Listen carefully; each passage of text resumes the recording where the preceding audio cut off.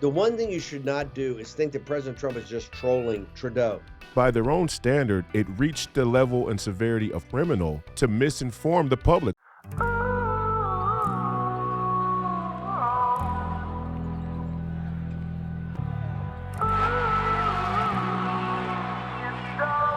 You are living in the most dangerous time in American history. We won't take a single back step. Former professional basketball player is now the Republican Party's choice. Can you imagine Royce White, the U.S. Senate?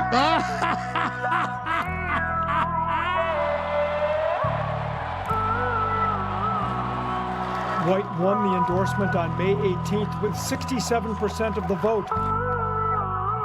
There's nothing that guarantees we win, but I guarantee you if we lose, we will die.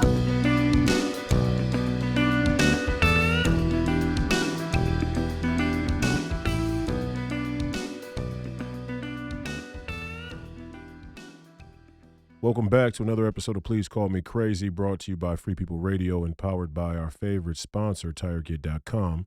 That's TireGet.com. You have to buy tires from somebody, you might as well buy them from us and help fund the movement, help support the movement. We believe in the freedom of movement, and that's exactly what the establishment wants to take from you now.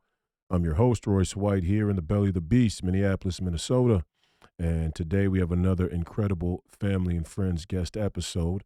Our guest today is none other than the great Stephen K. Bannon himself, general of the MAGA movement, thought leader of the MAGA movement. Not self-proclaimed, by the way. This is the establishment I was speaking about a moment ago, the global establishment, and their many political pundits and media outlets have dubbed Stephen K. Bannon one of the thought leaders of the rising populist and MAGA movement worldwide.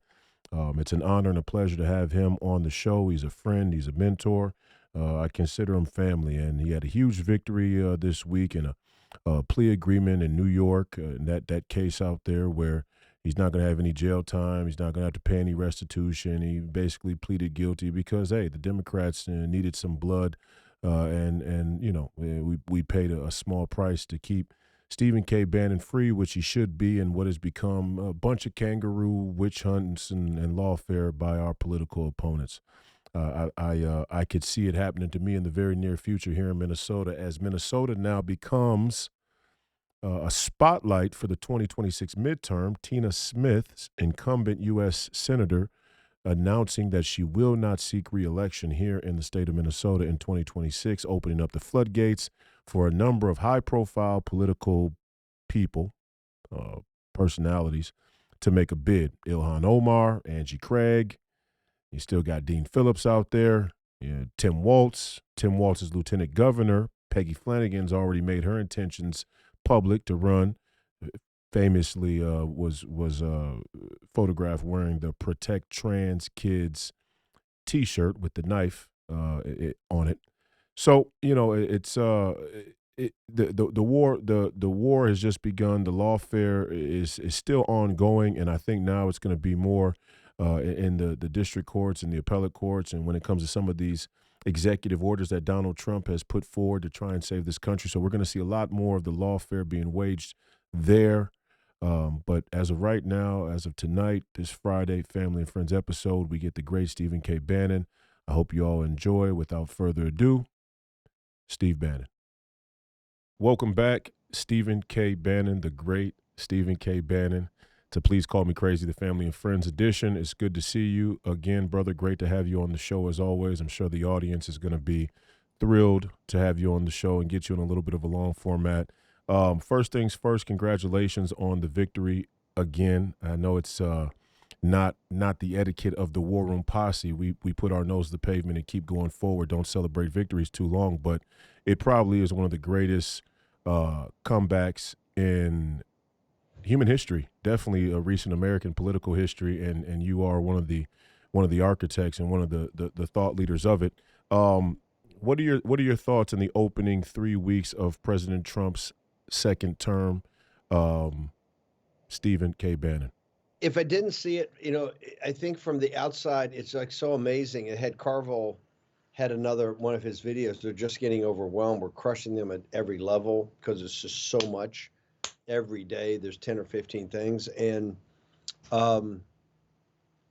it's so much better than I thought we could actually do it, or the team around the president. But when you go back and look at the years in the making, and this is one of the things for the folks, is that you showed your agency in the precinct strategy and building this grassroots and the momentum and all the conferences and getting on the phone and just hammering and text message, emails, working together as a cadre. At the same time, there were these public intellectuals that were building, whether it's Project 2025, whether it's America First Policy Institute, whether it was Stephen Miller's America First Law, or the guys over at Center for Renewing America, Russ Vogt and the team, and obviously the heritage guys at Project 25 that were working on the different verticals, the stuff that had to get done, and building cadres and teams working together so that we could hit on 20 January in the afternoon and just smoke it. I gave this interview years ago on PBS where I said,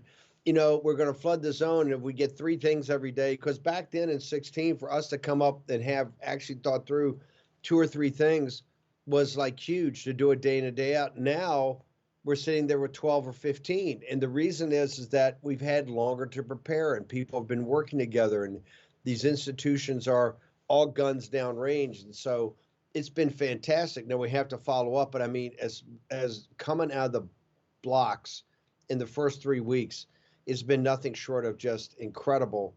What we have to do now is make sure we keep that momentum. As the resistance, they're looking for a rally point. In 2021, the rally point was the war room. That was the first hill to kind of put the guide on. People are retreating. There's a little chaos on the battlefield. That's okay.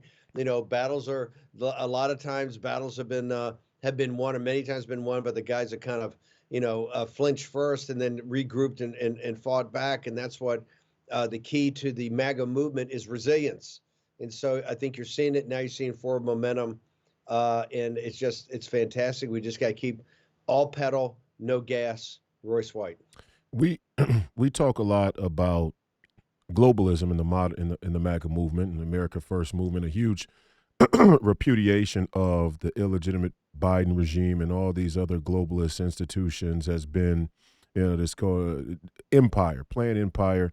I've been trying to go on my show lately. I've been going on my show lately and saying, hey, this expansion to a Pax Americana, the golden age of America, or the North American bloc, you could say, is warranted, is justified, it's necessary. How do you explain it to your audience, or the average MAGA person, America First person, who may not understand all the geopolitics about the Canada and Mexico and Greenland and the Panama Canal? What is your take on that? That isn't globalism, in my opinion. How do you best distill it down for the average American citizen to understand? It's the exact opposite. I think let's go back to Secretary of State Secretary of State Rubio's opening comments in his opening statement to the Senate Foreign Relations Committee when he was being reviewed to be Secretary of State to be confirmed. And he walked through the collapse of the post-war international rules-based order, which is this kind of apparatus and interconnecting global institutions, monetary, the Bretton Woods Agreement, plus a great expansion of an American army and military that kind of gave this kind of Pax Americana that worked for many, many decades. But then the globalists kind of turned it against the American people. What happened is that they profited off the gutting of American industry, always being capitalists and looking for lower labor costs. They decided to ship all the jobs to China and deal off the slave labor allowed by Beijing, which once you have that, wages are down throughout the world, excess capacity throughout the world, et cetera. And Rubio walked through a very thoughtful, reflective, end of the post-war international rules-based order. Well, President Trump simultaneously, what you're seeing in all these things I'll tie together in a second, from the Panama Canal to Greenland and the Arctic, is hemispheric control, or a hemispheric defense.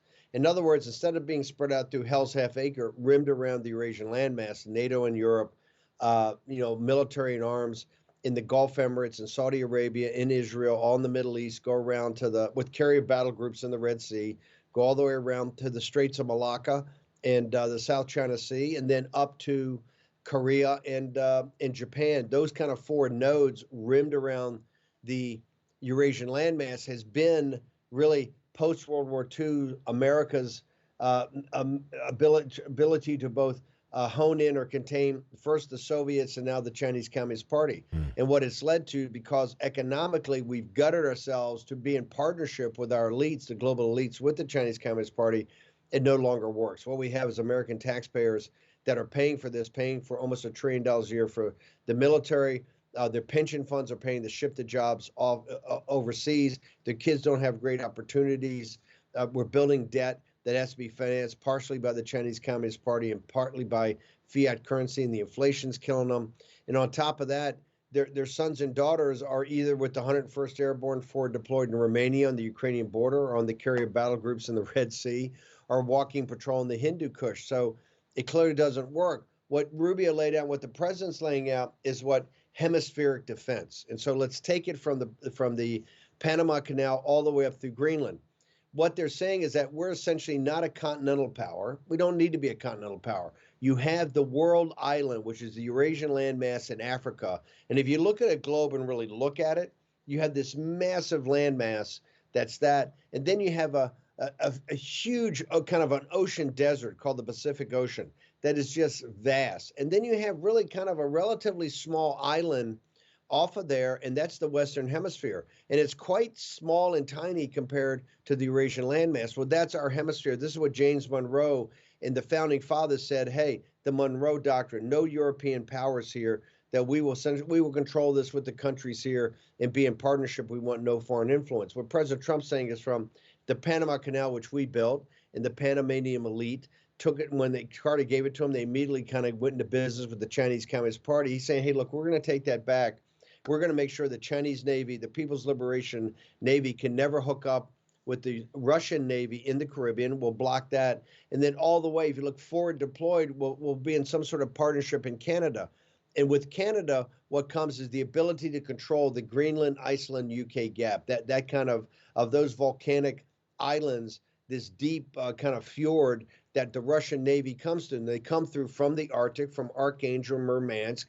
They come down. They're really the Russian submarine fleet, fast attack submarines to hunt our carrier battle groups, and ballistic missile submarines that can lay in the North Atlantic and target the United States, cities in the United States and in Canada. In partnership with Greenland, we will block that. In addition, the new great game of the 21st century, where in the 19th century, it was Afghanistan and Persia as a gateway to India or a warm water port for the Russian Empire. The British and the Russians fought for over 100 years in that game. Here, the 21st century is going to be the Arctic. And it's going to be a great power fight with three people. It'll be the Russians, the Chinese, and the CCP, and the Americans. It's not that we want to do it, but they're already up there. And this is what makes Canada so vulnerable. You've got Alaska where we're having input, Greenland where we're having input, and right in the middle is Canada. And what used to be their greatest strategic bloc, which was their northern border, is now really an entryway for them to lose their sovereignty and their territorial integrity, because unless they have a big partner that's not the Dominion countries, that's not England or Australia, until they have a real geostrategic partner, i.e. the United States, they're very vulnerable. So if you look at all of it, we can block and put a wall down in the Darien Gap right at Panama. We take the Panama Canal in conjunction with the Panamanian people, which they've been cut out of all the jobs since Hutchison Whampoa, the stevedore company, kind of got the contract from the Panamanian elite. We have a geostrategic concentration from Central America all the way up to Greenland to protect the homeland. So forward deploy is kind of Monroe Doctrine 2.0, or I call Fortress America. In addition, if you look in the Pacific coast, you look at the island chains. The first island chain with Taiwan and Japan, the second island chain out there with Guam, the third island chain with Saipan and the Polynesians. Those three island chains that are already in business with us, in partnership with us, protecting that vast ocean desert of the Pacific, you literally make America invulnerable. We can't. And then what you're telling continental Europe, which we're telling them now, hey, look, the Russian army is your problem. You know, we fought World War I, we fought World War II, we came back in the Cold War. This Ukraine thing, we didn't want a part of. We're out.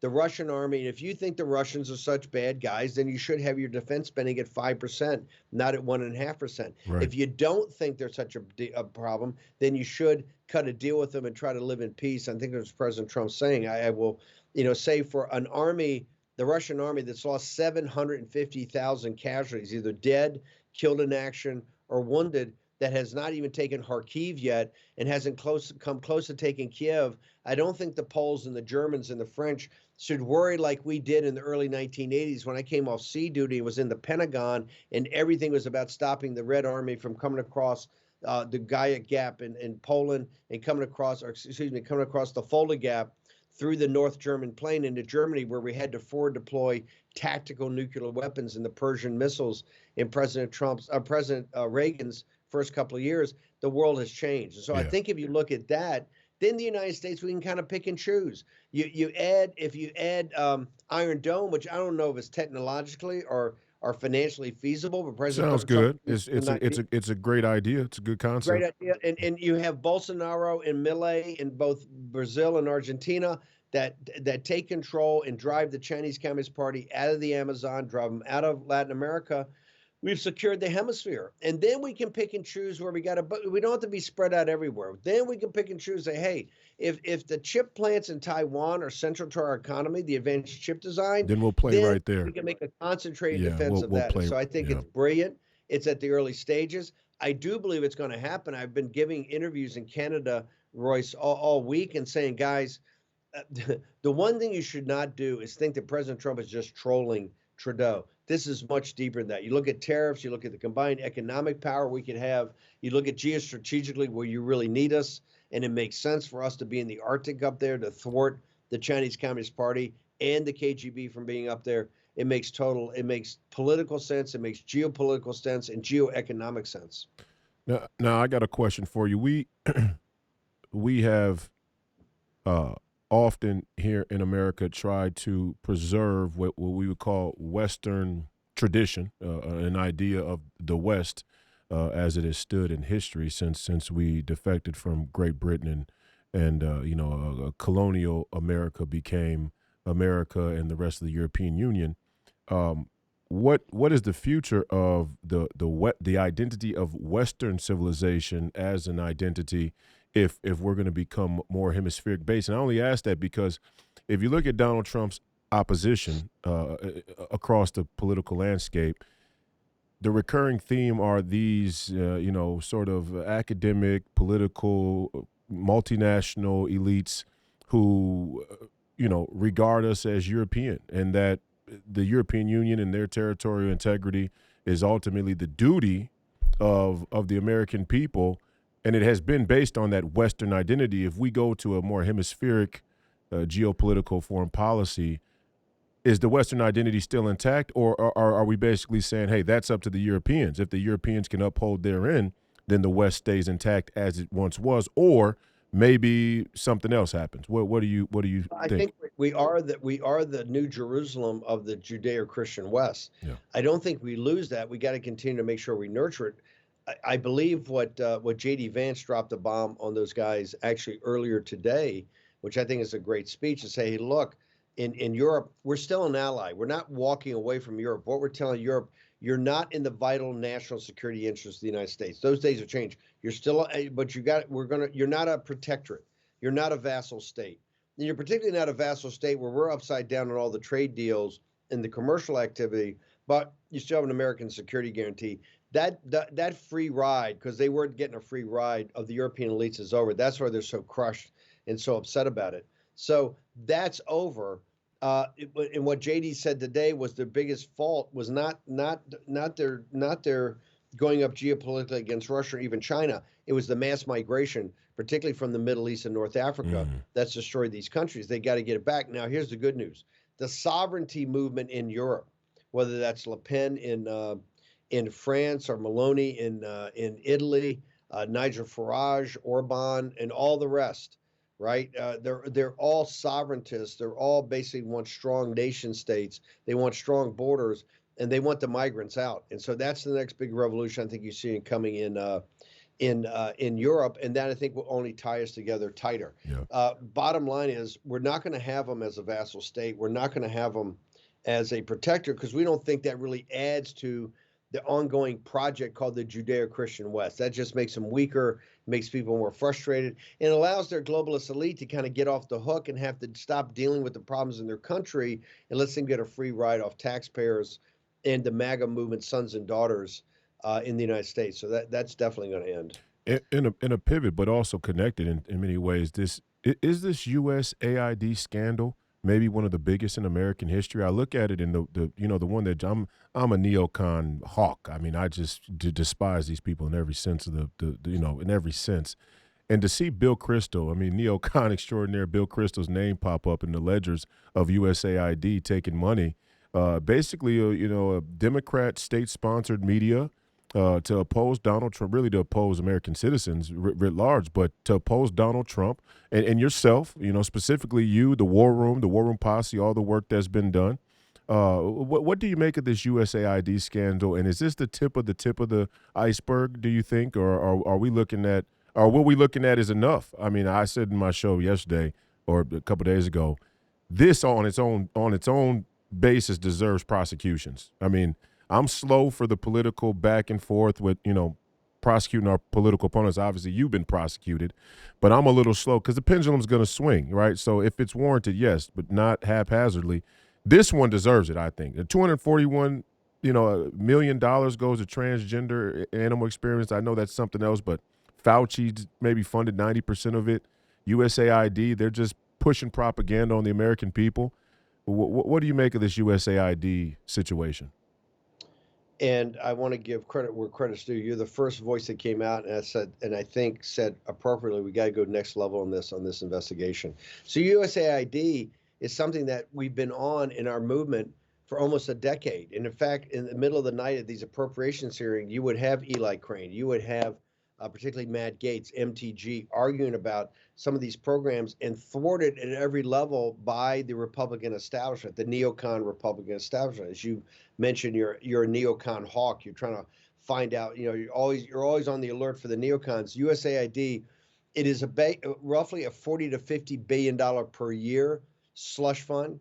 It's got on the surface some projects to take care of starving kids in Sudan, or water projects in India, or some agricultural projects or hygiene in sub-Saharan Africa. So on the surface, it's got enough that this thing's all great and I don't need to look into it because it's really America. It's a more formal apparatus for the State Department for America to be helping the world philanthropically. It's a CIA front. Okay, and the CIA front at its most dangerous level. We now know, and part of this was having Doge just go in there unbridled and shut the place down and start opening up the records, something people have been trying to get to for a long time. Yeah. And for all the disagreements I have with Elon Musk and they're deep, this is where Doge is doing best, to get in there and just throw the people out, secure the building, and start just dumping files everywhere so the Laura Loomers in the world and other people can then put them up on Twitter and people can see. A couple of things it's done. Number one, we now know for the NGOs that finance the invasion of our southern border, you want to find out how you get 10 to 15 million illegal alien invaders up through the southern border in a very organized effort. This is how. Look, this is how. You have to have a funding source. If you want to see how to have every one of people that you love to listen to and watch suppressed, thrown off Twitter thing, you see the misinformation campaigns to tens of billions of dollars put in by USAID. If you want to see CIA cutout projects all over the world where the CIA sticking their business where it shouldn't be, USAID. It's a rat's nest of just bad activity.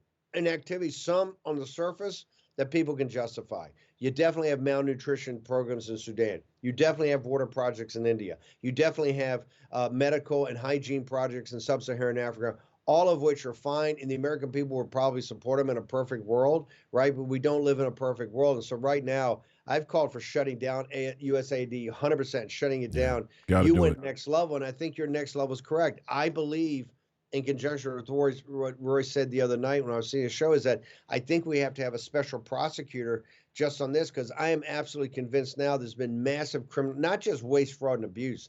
I'm talking about criminal activity where things were done with this group, with the money that was done to basically kill the sovereignty of the United States of America, particularly her territorial integrity, and destroy her citizens. And it has to be investigated. And I think criminal charges have to be brought.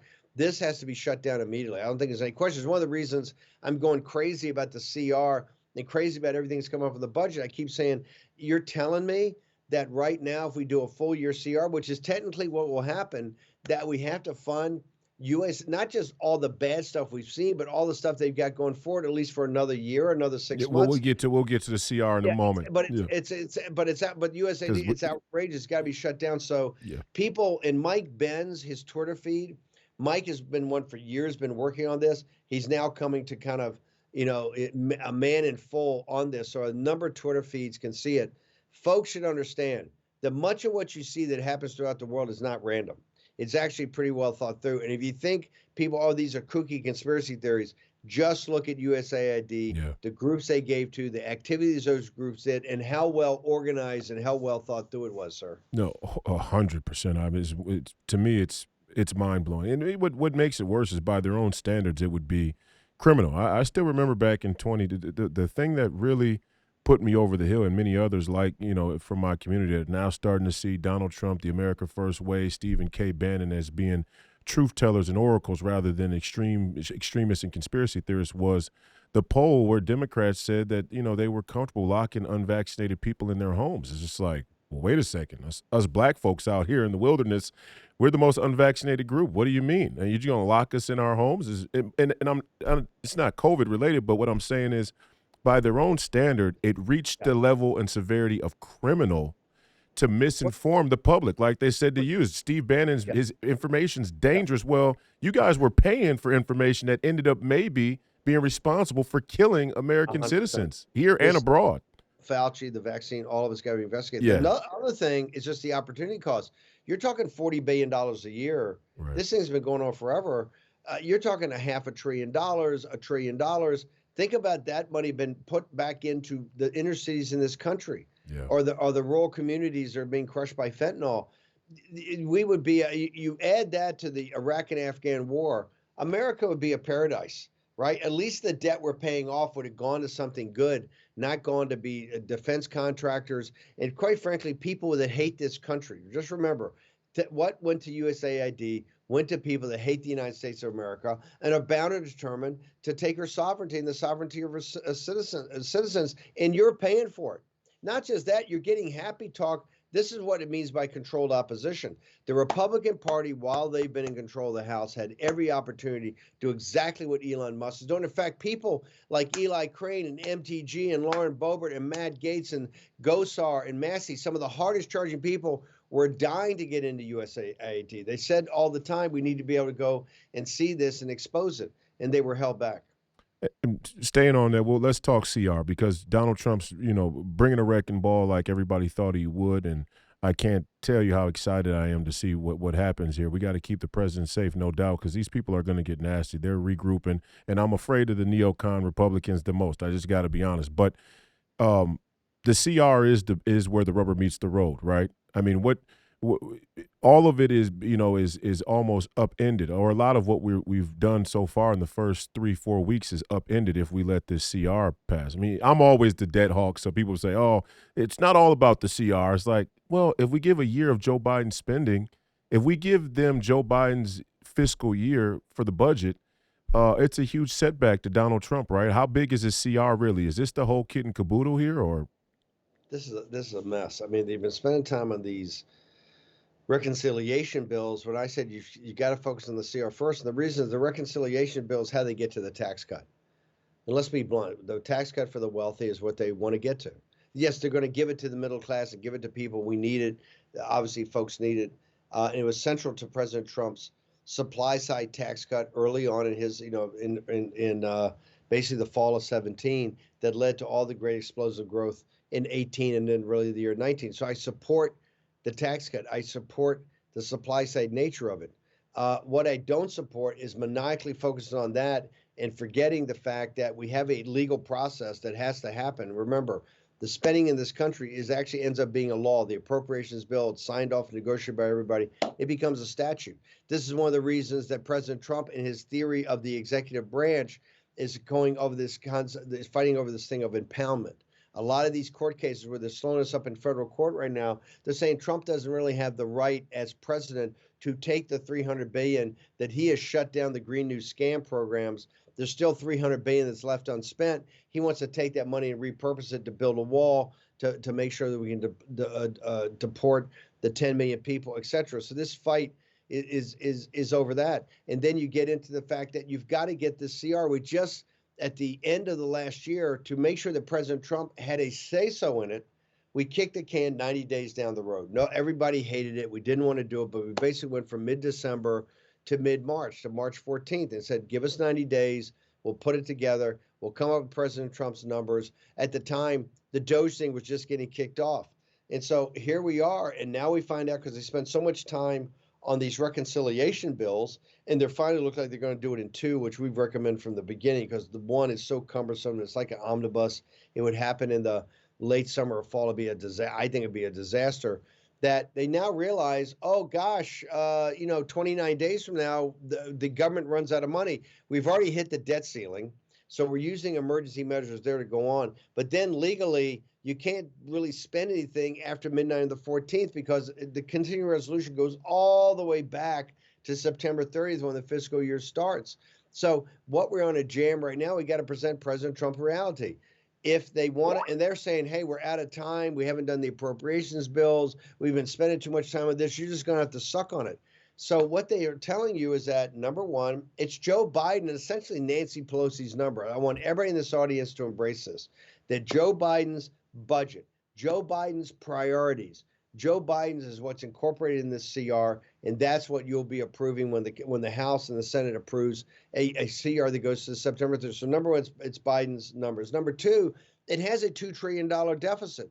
The Congressional Budget Office has already reconfirmed the numbers of War Room Rand. They say 1.9, we say 2 trillion, but it's also got a massive air pocket in there that has to be papered over by the Federal Reserve. And number three, and kind of worst of all, I guess, right now, is the fact that all the efforts on Doge, everything you've heard about of USAID and all, paying for the illegal aliens in the premier hotels, everything in between, not one thing will go in there. So, and think about the insanity of this. You will actually pay by law what's already Doge has said that they have found, because that's the way the CR works. Now, the counter argument of what the Trump administration is going to come up with and talk about is saying, well, hold it, hang on, Steve, you're not counting, we get it passed, you're not counting our theory of the case of impoundment. And what they're going to argue is that we can go strip out some of the Doge things that's found, and we can go take out and reprioritize, like Biden's got in there, the additional $300 billion for the Green New scam, that they can repurpose that. I like You're skeptical. That You're skeptical that it'll get repurposed. I like that theory. It's got, first off, it's got to go through a first round of federal court, which we're going to get told no, and TRO no. Yeah. It's then got to go, you got to expedite to get to the appellate court. I think we even lose at the appellate court, because the appellate court in D.C. is so rigged. This one will be in D.C. because such a monumental effort. It'll then go to the Supreme Court. And unless you've done something not to thwart these judges, I'm not so sure Roberts and Amy Coney Barrett vote for you at the end of the day. Maybe not even Kavanaugh. Right. So I agree with Russ Vought. I agree with Mark Paoletta and Jeff Clark and the president and the White House counsel and other people, Mike Davis, that believe that and this is a fundamental issue that has to be addressed.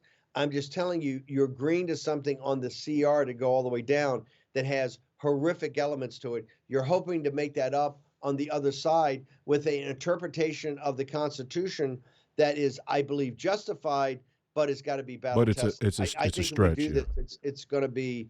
I think it's going to be a disaster, and more importantly, it's a disgrace that the political class, even given a victory in November, can't really get organized to cut federal spending. Yeah, and I want to ask you another question. Just as you were talking there, your average person doesn't know the rudimentaries of finance whatsoever. This the anti-debt hawkers, all right, those out there who would say, oh, all this debt hawkery stuff is just fear porn and whatnot. modern monetary theory. Oh, the total net worth of America is still somewhat up of 100 some trillion. We got a ways to go. We could keep printing money. What's the shorthand for your average person out there as to why it's a problem for us to continue It's a printing money we problem. don't It's a have? problem. You're talking about a balance sheet and an income statement. Many companies go bankrupt that have balance sheets that can be restructured over time. So it's regardless how big our assets are, it's really what your current income is and how you pay for it. What we're doing is running up debt or just creating money. The Federal Reserve are just creating more fiat currency. Here's the reason it's now starting to get some traction. Before, people would say for years, deficits don't matter, debt doesn't matter. This is why voters never get outraged. The inflation that you see out there that now looks like it's embedded is not because of supply chains, not because of labor issues. Part of that is embedded because of the refinancing of the debt that came from these deficits. The deficits are running about $2 trillion a year, about 6.5%, 6.8% of GDP. Those are historic numbers. If your deficit is not under 2%, you are literally asking for because you got to finance it. We have 36 or 37 trillion dollars face amount of debt. Okay, we have then we have contingent liabilities of over $100 trillion all on the U.S. dollar, and that is certain Social Security and other Medicare. If you did a net present value, you get to a blowaway number that would not allow you to sleep at night. But $172 trillion unfunded liabilities. Yeah. Unfunded liabilities, Yeah. exactly. So even if you have the face amount of 37 trillion, about a third of that's got to get refinanced every year. And what you're seeing is that with the 10-year bond, it's because as the bond market realizes you got so many dollars and you're creating so many dollars because they can see that these deficits are going to continue forever. And in fact, the CBO just came out with a report a week ago today that said they projected out over the next 10 years, and they said, given some basic assumptions, which is kind of how the economy is today, 1.8% growth rate, the percentage of deficit to GDP, they project $52 trillion in debt by 2035, sucking up over $2 trillion of interest payments a year. The country is a very different place, Yeah. and it's going to be radically different. And so something's got to change. It starts with having the political will to realize there's no easy outs here. We got entitlements that are kind of embedded. I think some of those are tough to touch, like Social Security and Medicare. At least parts of them are very tough to touch. You've got discretionary spending. You've got $1 trillion of a defense budget. We got another $500 billion of social spending. None of these cuts are going to be easy. You got Medicaid that's got some ability to cut there. We've got serious financial and fiscal problems, and you're going to have to do it. And I would tell people, you might not have cared about deficits in the beginning, but the law of large numbers came and visited your house. These numbers are so massive right now that the refinancing of the game, the refinancing of the apparatus, make sure that your eggs price don't go down, and make sure that this 3% inflation we've got is embedded, and it's going to make life very tough for people. So you either cut federal spending, take some pain, or you're going to have more pain when it comes to inflation. One pivot for us here. We had the pleasure of getting Pete Hegseth confirmed as the Secretary of the Department of Defense, which is a very good thing in my opinion. Minnesota's own Pete Hegseth.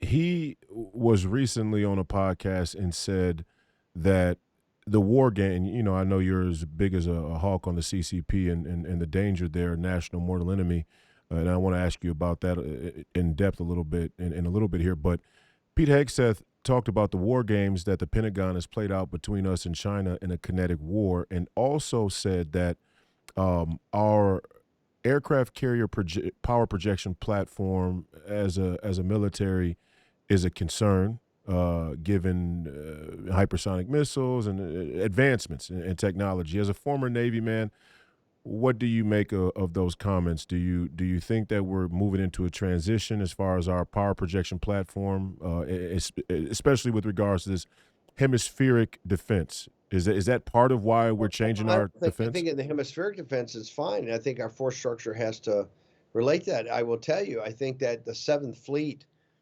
given the closeness of Taiwan to mainland China, to Fujian province, which I think is its closest point, 85 miles, the Straits of Taiwan, you could see, I don't believe that we've won a a sophisticated war game against Chinese forces with us not being prepared when the flag goes up, I think in 10 years. Just the throw weight of Chinese. Now, in the heat of combat, we'd have to see. But if you just see what they've built, particularly for an invasion of Taiwan and the forces we have there, the Seventh Fleet would have a hard time. I think they could do it. They would have a hard time doing it. And people, I say this all the time, people have to be prepared psychologically for a carrier battle group, which has dozens of ships. I was a member on a destroyer of a carrier battle group, many of them. But the American people psychologically would have to be prepared potentially for a carrier battle group being on the bottom of the Straits of Taiwan with 10 or 12,000 sailors dead. I mean, you haven't seen that. Even in World War II, we never lost a carrier battle group. We lost a number of carriers, and we lost a number of ships in the kamikaze raids and Leyte Gulf and all the war in the Pacific. But since Pearl Harbor, you haven't taken hits like that. And the fleet in Pearl Harbor was basically put back out to sea within about 5 or 6 months. So this is serious. And it shows you that we can't be sucked into a conventional war with the CCP. If we need to, they're fighting unrestricted warfare. They're at war with us. It's cyber, political, economic, across the board, psychological. They're at war with us. Infiltration, and to see that, just look at the cyber attacks. We've had cyber attacks on our main telecommunication infrastructure ongoing for the last couple of years. They did a cyber attack on the Treasury Department not too long ago. Chris Wray, before he got fired, went on 60 Minutes, said the number one threat is embedded malware, embedded basically CCP operating devices in our infrastructure. He means the electric grid. He means the transportation infrastructure, the communication infrastructure, already embedded. That when the flag goes up, bang, they can shut down and make America totally vulnerable. So they're at war with us. We have to start acting like we're at war with them.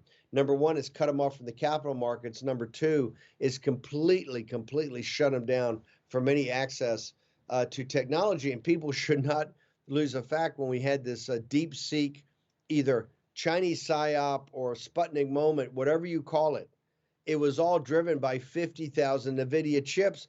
They're at the highest level of export control. Under no circumstances those chips ever been in anybody's hands except people in the United States. Industries in the United States that are pre-approved, companies pre-approved, and if not, and our allies like in Taiwan, Japan, Korea, under very tight supervision. 50,000 NVIDIA high-end, the highest-end AI chips are found in DeepSeek. So if you don't think they're at war and they're acting like they're at war, you're kidding yourself. It's now time for us to take the same attitude.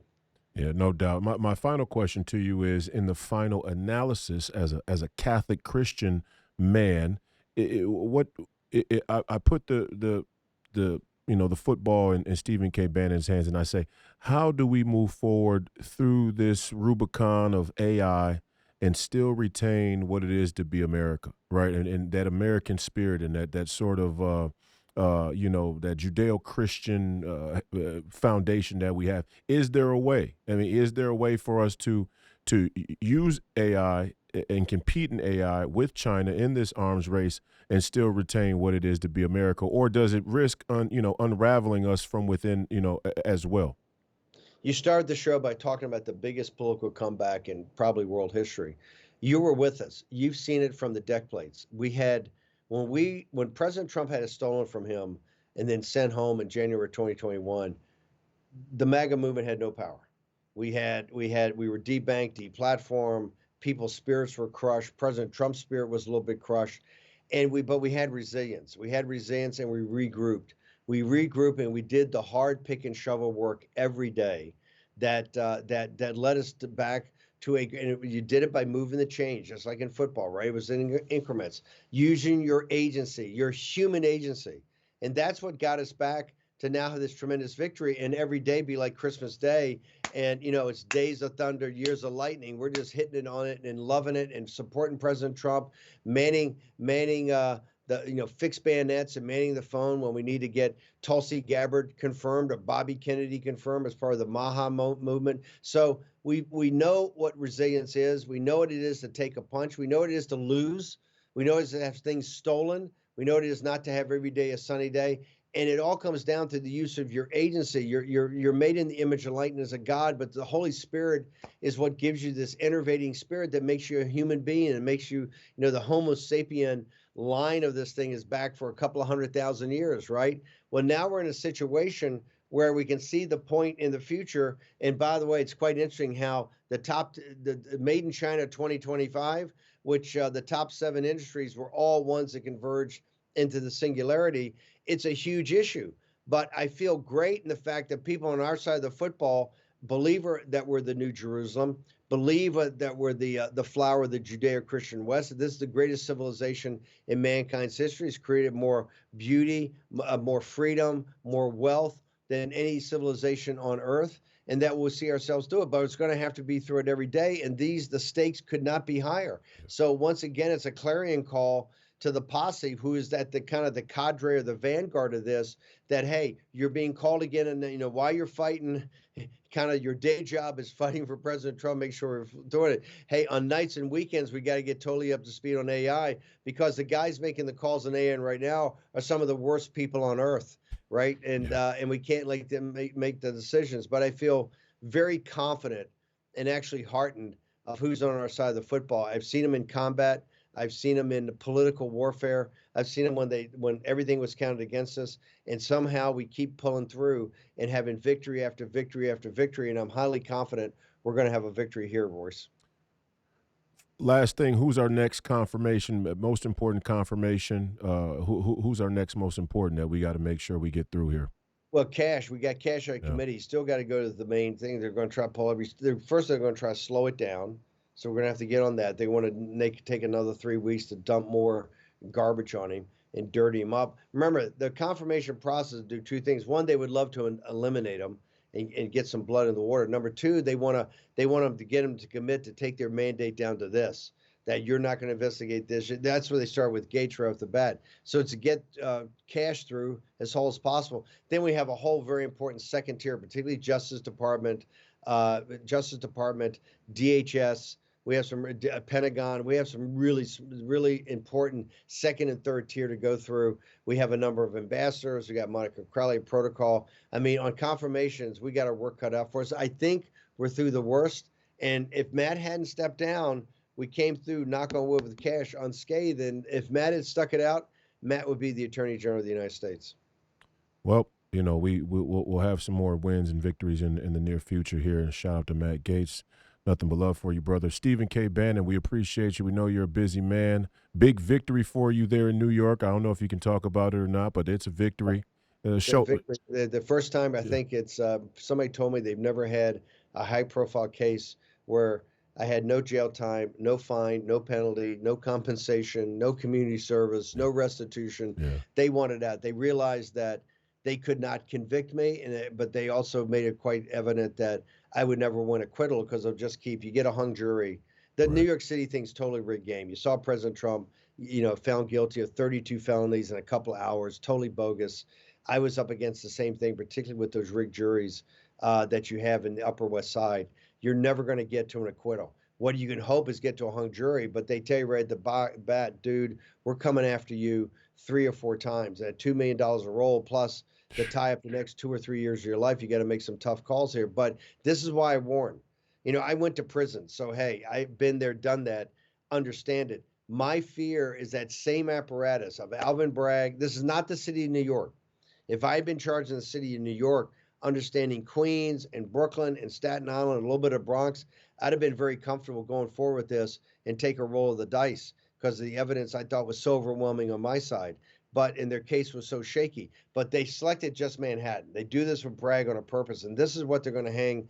They're going to get up on President Trump. Remember, this whole situation you're seeing evolve with Eric Adams directly ties back to what I'm talking about. Now, there is the Southern District of New York, but this is about, on the Adams side, it's about, what President Trump has wanted is not a quid pro quo, but he wants the sanctuary city stuff stopped. He wants our ICE agents to be totally get in there. He's basically, and that's why Pam Bondi, after hearing my kind of cry for awareness outside the courtroom the Attorney General the next day went in on Hochul and on Tish James and on Alvin Bragg and these people to say, hey, if you block the work that's being done by ICE agents by being a sanctuary city, we're coming for you. Your audience, Royce, should understand something. The fights and the battles over President Trump's agenda are just starting. Yeah. They're going to get meaner and more vicious as we have to do budget cuts, and you start deporting 10 million people. You've seen where it is right now, only with these hardened, foreign national criminals. So we got our work cut out for us. It's going to get tougher, but I say unless you break the Gordian knot in Manhattan of Alvin Bragg and Tish James. At any time, Alvin Bragg can impanel a criminal grand jury, because I tell people Washington, D.C. is the bridge of the ship of state, but the engine room is New York. Every commercial piece of data goes there, every trade deal goes through there. All the financing, the Treasury Department, the Fed have their massive trading desk up there. It's all in Manhattan. And so they will call jurisdiction over it. I think it's going to be a huge problem in the future, and I just hope that Pam Bondi's doing such a magnificent job in her first week is on top of this and make sure we take the torch to the enemy. Well, and so do you, in the plea, do you end up having she share the status with the great President Trump of being a convicted felon? Is that Yes, I had to sign a lowest level felony. I told Mo Bannon, I said it's no joking matter, but that's quite something to hang on your jacket to get a convicted felon status from a kangaroo banana republic Democrat Party. Well, President Trump's got 32 of them. Yeah. He won in a landslide. Yeah. I feel pretty good. Give me one too. I'd like to find out how I could get one. No, Royce, we got too much work for you to do. Yeah, no doubt. We got enough issues out there in the world. Yeah. You're a warrior, so let's keep that slate clean. But I appreciate you, brother. Thank you, brother. I appreciate it, man. Love you. Godspeed to you. Same. Love you too. There you have it. That was the great Stephen K. Bannon of the War Room. Shout out to the entire War Room posse, all your hard work that's paid off, and we continue to be the tip of the spear for the MAGA movement and supporting Donald J. Trump, the 46th and 7th President of the United States of America. I can say that now with some comfort and some levity. But Steve Bannon is one in a million. One in a billion, really. It's a great honor and pleasure to have him on the podcast. I hope you enjoy it. Obviously, he's a wealth of knowledge. It's why he is who he is. And we talked about anything from USAID to AID to military, geopolitics. This idea of a hemispheric defense, an American bloc, a Western hemispheric defense, and what those implications are as well in the earliest days of this Trump term, this second Donald Trump term. And I'm excited. I'm excited that Donald Trump won. I'm excited at what he's doing so far in these first weeks.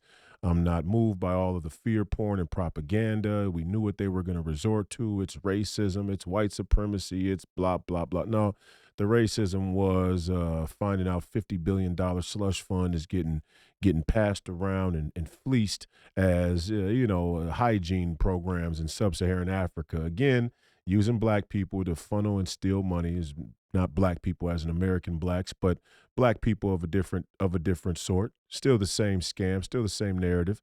The African people in sub-Saharan Africa need, dentist work, and sure they do. But how Bill Crystal ends up getting money out of it, blows my mind. And that's just the tip of the iceberg of what we're probably going to uncover with a lot of this work that Doge is doing and that Donald Trump is moving forward. So we appreciate Stephen K. Bannon and all of his work. We're happy to hear the result of the case there in New York City. Stephen K. Bannon will remain free and guide us through this transition back to the golden age of America, a MAGA America. What will hopefully be, some generations here of MAGA in America first. I think we got the right strategy, and I think things are shaping up the way that we want them to. So thank you again, Steve, for being on the show today. I hope you all enjoyed it. We appreciate your viewership and listenership today and in the future. Don't forget to go to tiregit.com. Use promo code FPR for 3% off your final purchase of tires if you need them, when you need them. And go to freepeopleradio.com or freepeopleradio.store to buy merchandise from the podcast. Help support the movement. Also, obviously, follow the War Room, but I don't even need to tell you that. Many of you already follow the War Room, and if you don't, you're missing out. And it's not hard to find. It's very easy to find, and the War Room's coming at you every day, 2 times a day, with nothing but signal and no noise. So that's it for me. Enjoy the weekend. Tomorrow morning, Real America's Voice, 9 a.m. Eastern. You got Professor Penn filling in for me, the Royce White Show, as I head out to Nevada to do a couple of podcasts to relaunch or launch my 2026 Senate campaign here in the middle of February. We're getting a head start. Head start on the Minnesota neocon conservative establishment, Minnesota neocon conservative Republican establishment. They will be out in full force to make sure that a genuine MAGA and America First movement does not take hold or take power or get one of the seats up for grabs here in the United States Senate or many other offices come the 2026 midterm. And we're going to work like hell to make sure that Minnesota stays in play and that it continues to be a potential stronghold, a potential new ground for the MAGA movement, for the America First movement. If you don't understand the love that Donald Trump has in this state, all you have to do is look at my primary victory over the entire Minnesota Republican establishment, and that is deeply at the hands of and the credit goes to the MAGA movement, to the War Room, to Steve himself, to Maureen Bannon, who worked on my campaign, but what Donald Trump has ignited in the American people, even here in Minnesota, they say it's all a deep blue state. Yeah, questionable. We'll see. Once we clean up some of these elections, we'll see how deep blue it is. But the fight is still with the Republican establishment and the neocon establishment to maintain the power over the Republican Party. So, like we've said, precinct strategy, precinctstrategy.com, go into the Republican Party. We need all the Donald Trump supporters we can in the party. So when these caucuses roll around and we have conventions and endorsement processes, that the candidates that come out of them reflect a genuine America First movement. That's it for me. Obviously, tune in tomorrow morning for Real America's Voice, the great Professor Penn. And I'll see you on Monday evening. We have the great Chris Martinson for an additional Family and Friends episode. I'll be back with you on Wednesday for another reaction show, and we'll see who we got next Friday. That's it for me. The fight continues. God bless America. Godspeed. The people are coming. Everything's up on the bar. We're all in.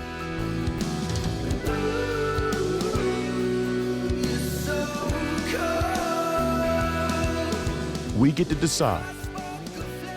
Do you want to live on your knees, or do you want to die on your feet fighting?